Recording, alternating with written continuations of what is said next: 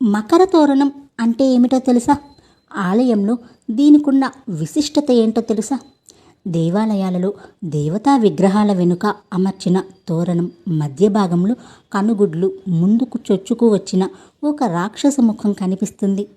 దానికి మకర తోరణం అనే పేరు. ఈ రాక్షస ముఖాన్ని తోరణం మధ్య భాగంలో అమర్చడానికి గల కారణం గురించి స్కంద పురాణంలో ఒక కథ కూడా ఉంది. పూర్వం కీర్తిముఖుడు అనే రాక్షసుడు బ్రహ్మను మెప్పించి అనేక వరములను పొంది తద్వారా వచ్చిన బలపరాక్రమాలతో సమస్త భువనములలోని సంపదలను తన సొంతం చేసుకున్నాడట. చివరకు పరమశివుని పత్ని అయిన జగన్మాతను కూడా పొందాలని ఆశించాడు. అతని దురాశను చూసిన కోపించిన మహేశ్వరుడు అతడిని మింగివేయమని ఒక అతి భీకరమైన అగ్నిని సృష్టించాడట. పరమేశ్వరుని ఆనతి మేరకు ఆ జ్వాలాగ్ని ఆ రాక్షసుణ్ణి తరమసాగింది. మరణం లేకుండా వరం పొందిన శివుని ఆజ్ఞ మేరకు ఆ బడబాగ్ని తనను ఎక్కడ దహించి వేస్తుందో అనే భయంతో పరుగులు తీస్తూ అన్ని లోకాలు తిరిగి ఆ అగ్ని ప్రతాపానికి తట్టుకోలేక చివరికి పరమశివుణ్ణి శరణు వేడాడు.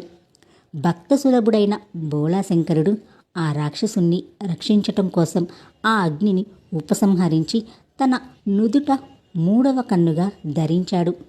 ఆ తరువాత కీర్తిముఖుడు తనకు విపరీతమైన ఆకలిగా ఉందని, తనకి తినటానికి ఏదైనా పదార్థాన్ని చూపించమని ఆ మహాదేవుణ్ణి కోరాడు.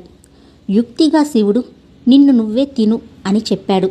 శివుని ఆనతి మేరకు కీర్తిముఖుడు మొసలి రూపం ధరించి తనని తాను ముందుగా తోక భాగం నుంచి మొదలుపెట్టి కంఠం వరకు తిన్నాడు. తన తలను తానే ఎలా తినాలో అతనికి తెలియలేదు. అతని ఆకలి ఇంకా తీరలేదు కూడా. వెంటనే శివుణ్ణి ప్రార్థించాడు. ఆ ప్రార్థన ఆలకించిన పరమశివుడు ఈనాటి నుంచి అన్ని దేవాలయాలలో వెనుక భాగంలోని తోరణాగ్ర భాగాన్ని అలంకరించి దైవ దర్శనానికి వచ్చే ప్రజలందరిలో ఉండే దురహంకారాన్ని, ఆశను తింటూ ఉండు, నీవు అందరికీ పూజనీయుడవు అవుతావు అని వరమిచ్చాడు.